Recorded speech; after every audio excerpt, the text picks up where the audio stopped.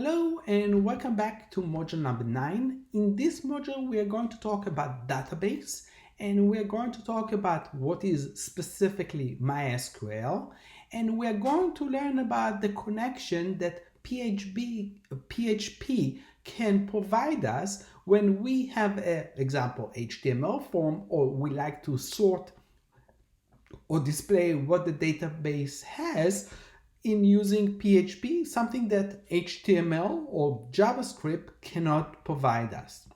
So let's begin. It's going to be a long presentation. So, a database. If you will ask me out of the blue what is a database, I probably will say it's a list or collection of tables. So we have columns and we have rows, and as you can see, usually when we have a table, the name of the table is employees, and we have first name, last name, and phone number, and we have the idea of a column, what a column represent and what is a row represent, and both of us give us the idea of how to sort or to display this type of data. So this is an example of a database, and usually it's applied to title, the author, the borrower, and the phone number, and this is how it will be displayed. But I want you just to open your thinking here. What about example USF students? So USF has a database with all the names of the students throughout the years. We are talking about millions of records, and so in this case the data of the students has to be consistent. It has to apply to some rules that the administration set up, and if it doesn't follow up, it will cause a problem, and the issue of a problem is something that we are trying to avoid. So one of the things that we have is the idea of why are we using rationale database. Especially the reason for that is that rationale database support a large data set. No, it does not support well your grocery list or the candy list that you like, but it will support, example, all the cars, vehicles that registered in Hillsborough, Florida. That's something that is quite large. And so there is an issue of increased error, and information must be updated in multiple locations. So this is something that database can do so well. And if, for example, we will store that in your hard drive, it will, in using Excel, it will not work so well. So the issue is, let's post it on the web and be able to have the access to it from multiple places and be able to edit this data so it will be consistent with the structure of the database. Security is really important, and so the rationale database is usually ability to provide permission to look at the database from different permission. Example, in USF, the president of USF has more authority than, example, me as associate professor. Why? Because he's a higher ranking. He has the ability to search for multiple location, which I do not, and he has more power over the ranking of it. So this is the issue of permission to search, permission to edit. I don't have that permission, but probably he has. So restrict enforcement of the data type is part of the database administration, and this is something that they do every day. So the idea of a database approach is improve data sharing, ability to have different users to get view of the data, enforce standard, example, the structure or the data access is done the same way, improve the data quality, which is the ability of validation rules that the database system admin has to work in order to validate it, and better accessibility to the data, something that it is usually. In this type, we often talk about data query language, SQL. And if you did not take the introduction to database, I highly recommend. It is a very important course in our department. So there is a standard that SQL have, and what we will learn is a new adaptation to SQL. And security backup recovery is part of the idea behind it and what it is. When we are designing a database, which you will do in 2 seconds, when we're going to apply a database in your server, we are going to think about the entity. What is the entity? Is a thing, it's an object, and I'll show you an example. And we're going to talk about attributes that would describe entity, the columns, and you're going to see the entity instance, which is the row. Every table has a columns, but has a row which is a specific case. So the relationship between entities and the table is part of what we often do in order for us to do that. So example of a large database. Yes, you see ID, you see a symbol name, but you also see the object. And the object here is Homo species. And what is the redundant? The species is human species again and again and again, or common name, human, human, human. So you cannot delete that. That's part of the administration or structure of the database that is really important, and we are trying to keep it consistent in all the rows in order for us to do that. What happens if you want to add another attribute? So the issue of adding another attribute, you can do it, but you need to apply to all the columns in the database in order for you to make consistent data set. If you have more attribute in one row, it will not work out as you supposed to. So you need to have a structure that is consistent, and it cannot change because today is Wednesday or Friday. So it has to be consistent. So another advantage of a rational database is the ability to compare two tables. Example, employees versus department. Something that we often do in the university.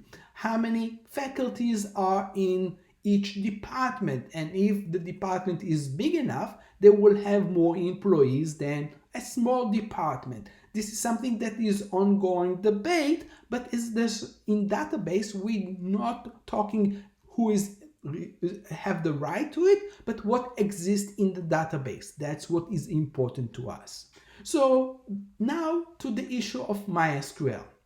And the issue of MySQL is really important. As you know me, I am very keen on open source. What is open source? Is that everyone has the ability to access or to apply or develop its own code, not own code, but to apply the code as he or she wishes to do.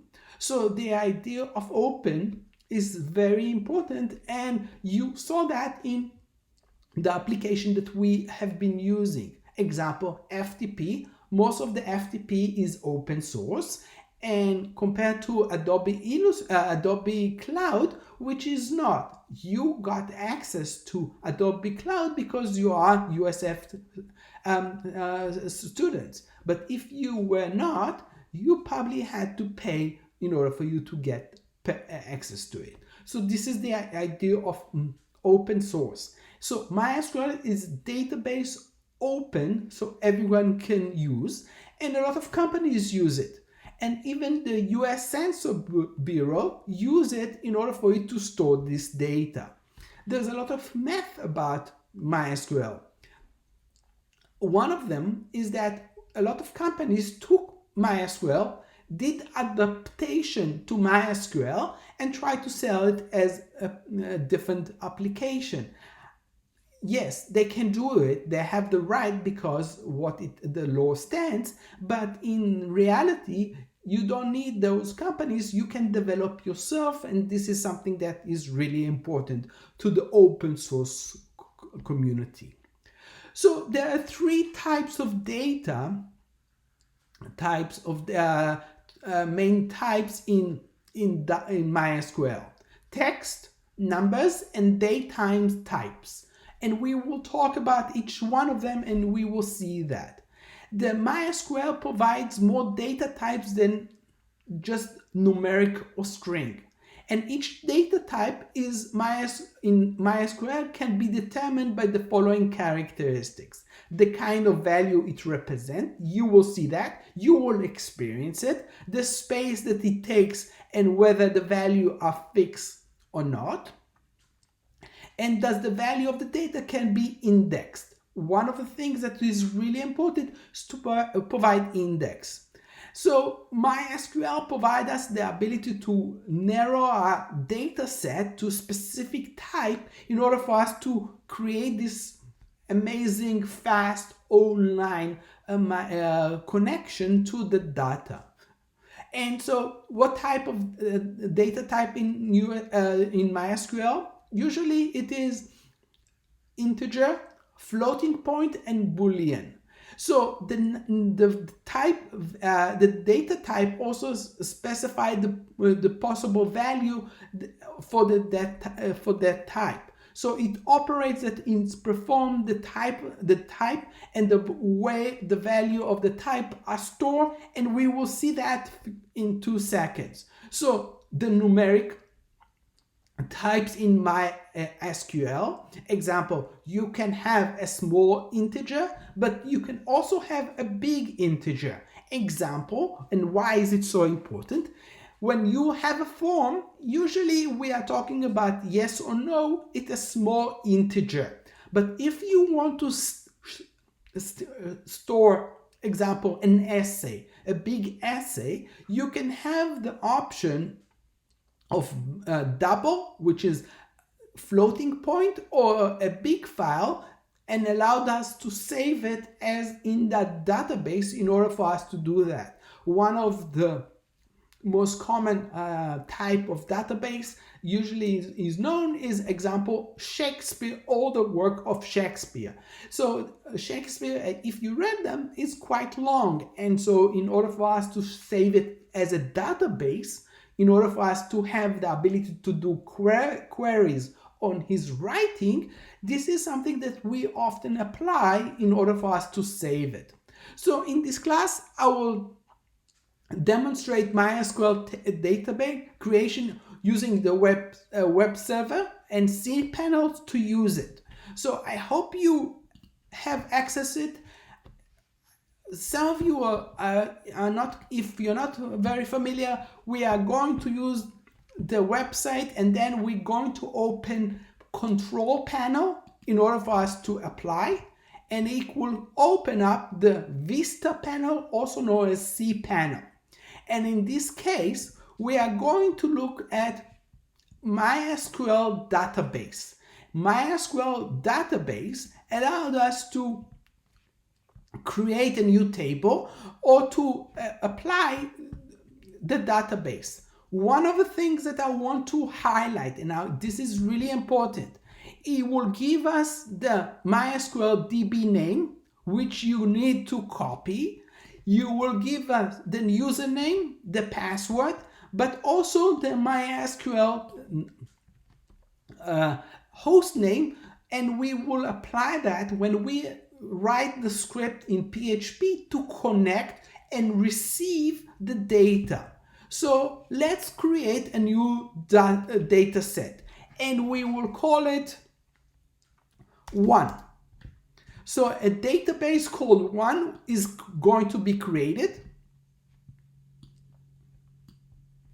and we can apply, and we can apply the issue, what is it entail, this 1. We have not yet defined what is the attributes, what is the row, what is the columns, and we have to give it a name. I will call it 1 again to be consistent, and I will say 4 columns.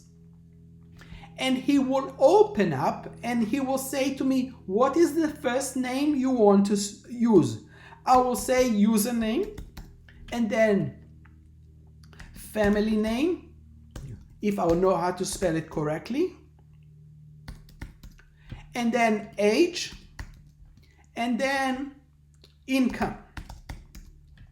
Now the issue is that you need to decide what type of data is it consist of. Is it numeric? Is it data and time related? Or is it string? And if it's string, is it tiny text or large text or the work of Shakespeare? So in this case, I'm going to use the string that his length is 0 to 65, which is big enough for username and password. So this will be my default to go to when I am going to, if I can find it, yes. So now comes the age, and in this case I'm going to use numeric. So in this case I'm going to use numeric, and I'm going to use 1 to 27, or I can use small. So small, and income is not going to be small, it's going to be integer, and I'm going to can provide values.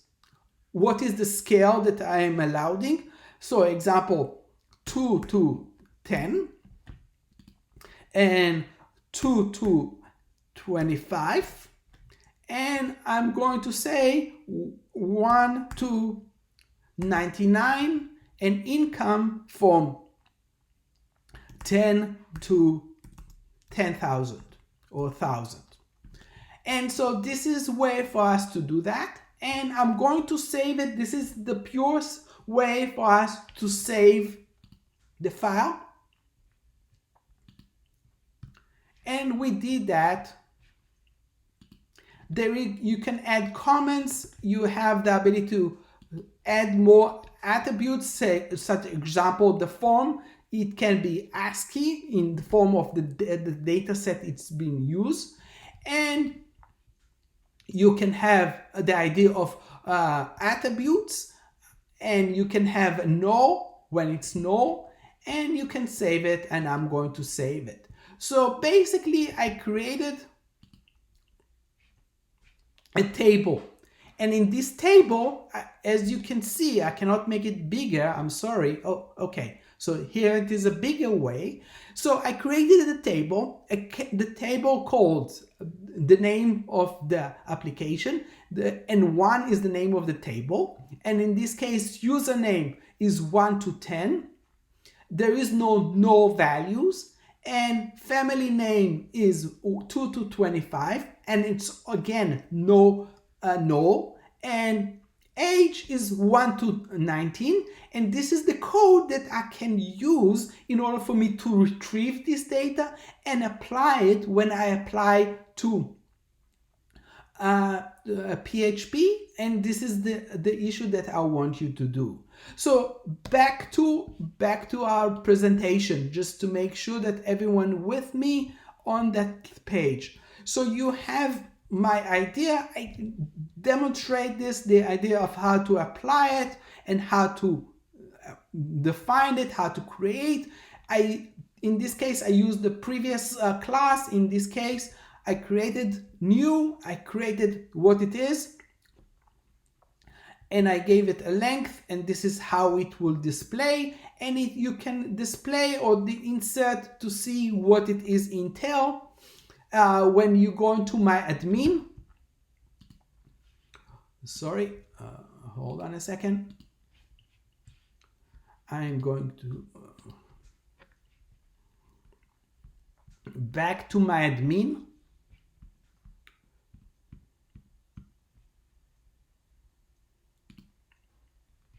And as you can see, it now can be connected to what I have created, one or the new one that I created. And this is the face that you're going to see. One, and you're going to be able to create a query or to structure it and to see what it is entail.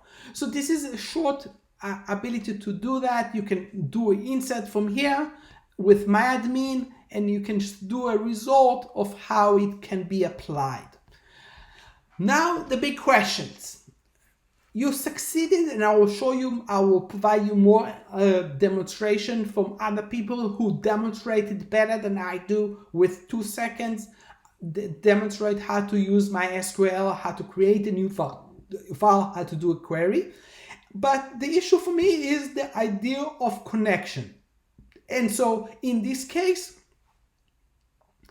I'm going to do a if condition. So I'm going to ask the PHP to, if I'm going to connect to MySQL, I gave the MySQL 9.909 the name of my domain.com, and I'm going to use the username. I need to give my username and my password in order for you to do that.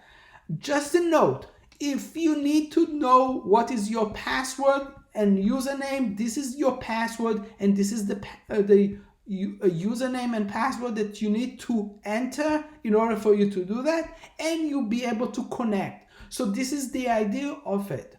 The second is to perform query, and in this idea is that you have 2 steps in order for you to select the query and to apply that. This is part of what makes the PHP so powerful, to do a query into the database. So the first step is the connection. The second step is the ability to select the name. You need to know the name of the table that you created, as I demonstrate in my short demonstration, and you see what it is, and you can see that you can select from a table and be able to represent the result. I also want to think about your project, and in your project we are talking about using an HTML form that will send the information to this database. So in this case, I'm using another action, the connection PHP, that will connect. I'm going to create a PHP that will connect to the database. So in this case, the connect will be the username and password, and I gave you all the list of the connection that you need to do. You're not going to use local, you're going to use the name of the location, and you're going to run it in order for you to be able to retrieve the database that you created in MySQL. I hope it makes sense. I will post those files online, but one of the things that is really exciting, and that's when I first encountered that, you are creating now with this module, you are creating your own first database in MySQL. This is a very powerful tool. This is something that probably you will spend more time on it through the entire semester, but this is the exciting. Converting your data into another platform where you can store it is a powerful tool. And this is something that all employers will probably want to hear from you, that you have the knowledge to take data from the web, an HTML form, and be able to save it. So that's it. I hope you enjoy it. I hope it makes sense. Until next time, have fun.